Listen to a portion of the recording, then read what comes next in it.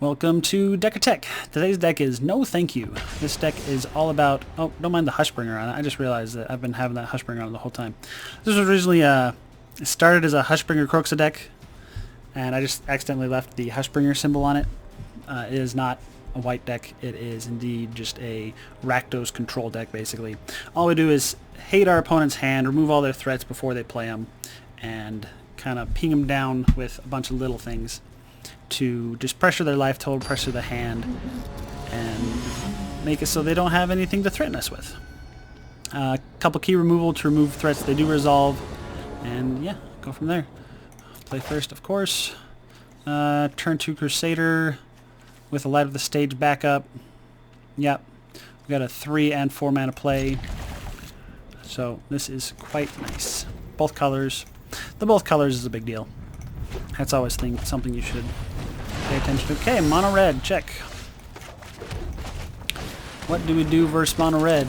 Well, we ping both of us. Stormfist Crusaders might come out versus mono red, but at the same time it's a decent early blocker, and we don't have too many of those in the deck, so I think it's going to be a keeper.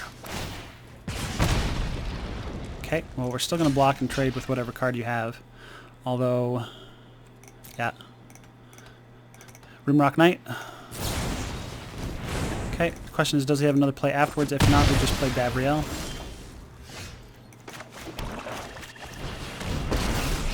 Just start hating that hand. Torbrand, meaning he probably has another Torbrand? Robber of the Rich can swing a Gabrielle and kill it. That's not nice. Rankle as a blocker, maybe. Mayhem Devil as a blocker, maybe. So, Spawn of Mayhem is bigger than most of his removal. Spawn of Mayhem also triggers Light Up the Stage and stays as a blocker. I think it's going to be Spawn of Mayhem. We will, of course, still block. There's no reason to let him come in for damage without trading. So even if he's got another Rimrock Knight, it's still Spawn of Mayhem for the robber.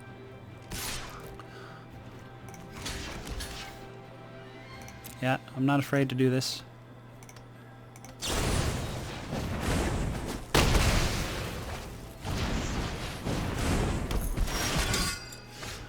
So I can swing in, make us both discard cards. I can swing in, make us both draw cards and lose life. I can make us both sacrifice a creature. I don't know if I need us sacrificing creatures. He is getting close to Embercleave territory, so I think I want to actually draw cards. So we're going to do this, leave open a red, so that we can light up the stage afterwards. I think that's fine with us both drawing card. Let's see how many cards we have in the graveyard. 3, 4. I think Croxa, just putting him in the graveyard is good.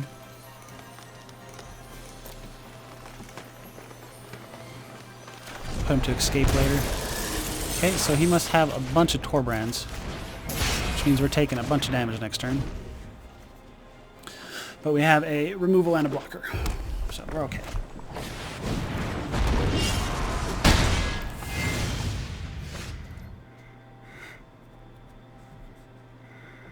So, till the end of your next turn, right? So I have to bedevil now, basically.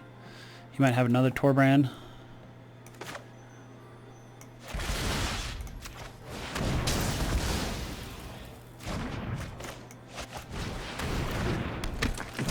Let's scry now and see if we want to rankle it sooner rather than later. So that's actually a good blocker for most of what he's got, so we'll leave that on top. Now I can swing in, make us both discard. Can swing and make us both sack, get rid of the Stormfist Crusader. That actually might be the right play, because that way he can't Embercleave. So we're both going to sack. And that fills our graveyard a little more, so we bring in a Croxa, and we just start swinging in with a Croxa, and leave him Rankle to block, or something similar. Okay. We can swing in, make us both sack and discard. I don't know if I want that. I think just escaping the Kroxa, playing the knight. So I think we could escape the Kroxa regardless. It's whether or not we swing in. I think swinging in might be the right call. So this makes him discard a card.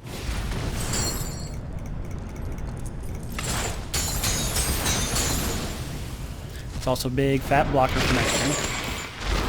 One that an Embercleaved Annex will still kill if he's still got the Rimrock on board. So maybe we do both sacrifice a creature. Because Embercleave, if he top stacks an Embercleave, 1, 2, 3, 4, 5, Kroxa can still block Annex. But if Rimrock Knight is on board, Annex gets through. So if I swing in with Rankle and make us both sacrifice, I think that's okay.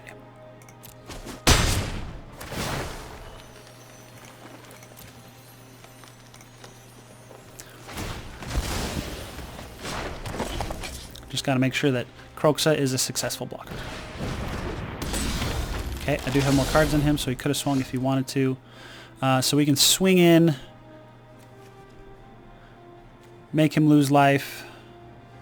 So he's at 10, so we have to do the math on if we have lethal or not, because whether or not we swing with Kroxa.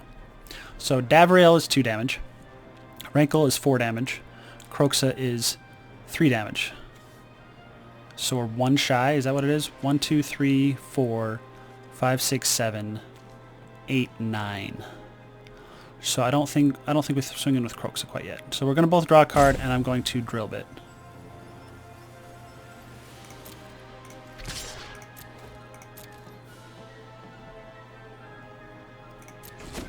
No, we're not sacrificing creatures.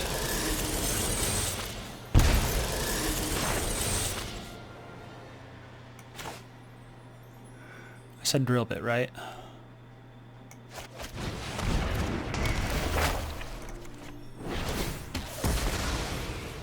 Give him a couple more satyrs. We don't have to Drill Bit, we can just Davriel. That puts a little more pressure on him. And it was a land anyway. Okay, so block whatever he sends, swinging with everything, he dies, check. Okay. Things we need to see. Scorching Dragonfire. Storm's Wrath, Legion's End. Things we don't need to see. Maybe a Spawn of Mayhem. It's going to be hard to cast, and it's a 4... It is a 4-mana 4/4. We just need blockers. The Drill Bits probably need to go, especially on the draw. Maybe 2 Remorses.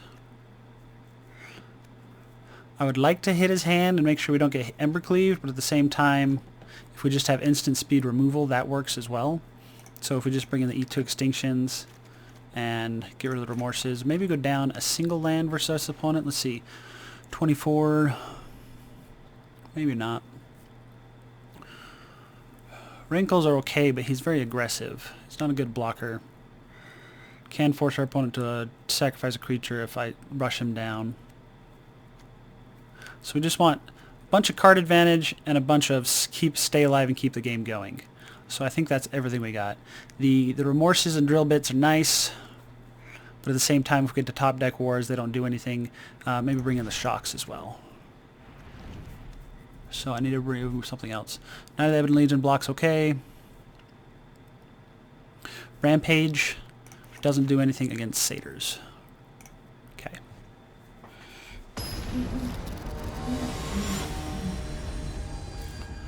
And it's sorcery speed, so making him sack an artifact for Embercleave just doesn't seem to cut it.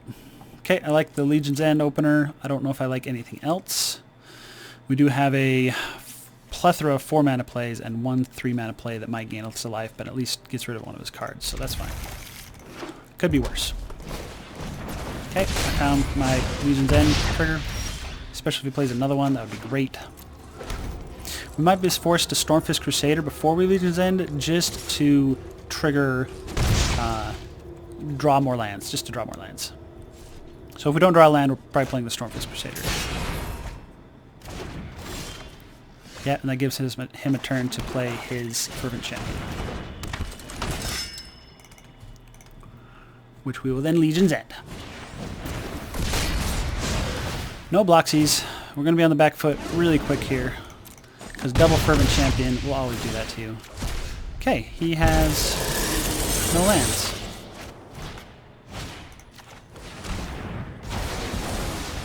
Okay. So we got Scorch Spitter, Ember Cleave, a bunch of stuff. I think we still just want lands for now.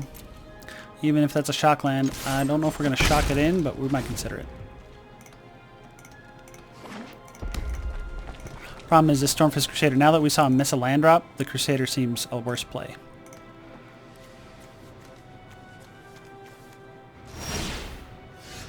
Okay, so he's going to Scorching Dragonfire our Chicky-Doo, and he wants to draw a card first.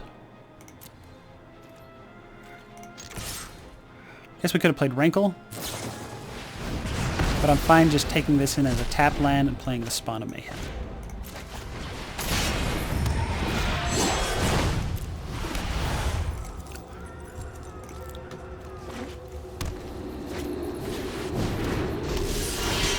With power or converted mana cost? Converted mana cost 2 or less. So we are going to have to eat to extinction. Or make him sacrifice it, but I'm fine.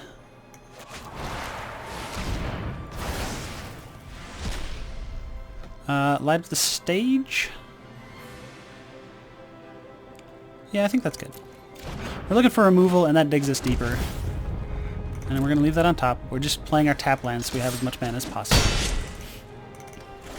If he plays a Scorch Spitter, we Legion's End. If he does a Rimrock, we Legion's End. Rimrock doesn't block, so he's not going to do that. So we'll probably Rankle and have him sacrifice this. Let's just double check that that's the case.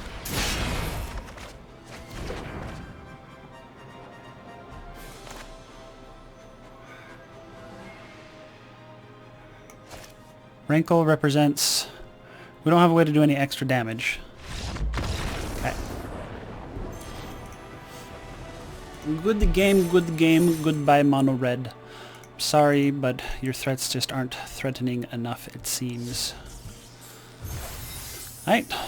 Well, against mono red is always a quick game. You'll see a lot less mono red in best of 3 because it's a lot less backbreaking in best of 3 because you can sideboard in like Shocks and Scorching Dragonfires and Legion's Ends and just all this just removal suite because all they have is just low to the ground stuff and all you have to do is survive. And so if you can survive against them, then you basically win. This isn't the version where they have like Experimental Frenzy or anything. That version you had to stay alive and then stay alive some more. This version, they're just trying to get in that turn 4 win just with the Annex Embercleave combo or the giant Embercleave, and they're just trying to just win in with Embercleave. So if we have either ways to disrupt their hand, which I don't know if we did that the first game, but get rid of like the Embercleave and stuff, get rid of those key pieces, just kind of know what the threats are, or if you can just always answer their threats, that's good. They also play way too few lands than they should and accept crappy hands. In best of 1, what happens is the game gives you an auto free mulligan. It'll give you it'll in the background pick two hands, give you the best one in best of 3. In best of 1, but in best of 3 that's not the case. So people that they take their best of 1 red deck and they bring it into best of 3 don't realize that they've not been playing Magic, they've been playing Arena. So there is a difference between playing Magic and playing Arena, and you got to make sure that if you're playing best of 1 and you try to bring that deck into paper, that it's not going to function the same way, which is why I highly suggest playing best of 3 on Arena, because it doesn't change the rules on you. Anyway, this has been Decker Tech. We do videos every day, so please subscribe. The best ways to support us right now is either joining us as a patron by going to our Patreon link, which is in the description, or just sharing this video with people that you play Magic with, getting more people to see the video. Just need to get it out to more people. If there's any video you liked, if you like this one, share it with someone, please. And that's it. Peace.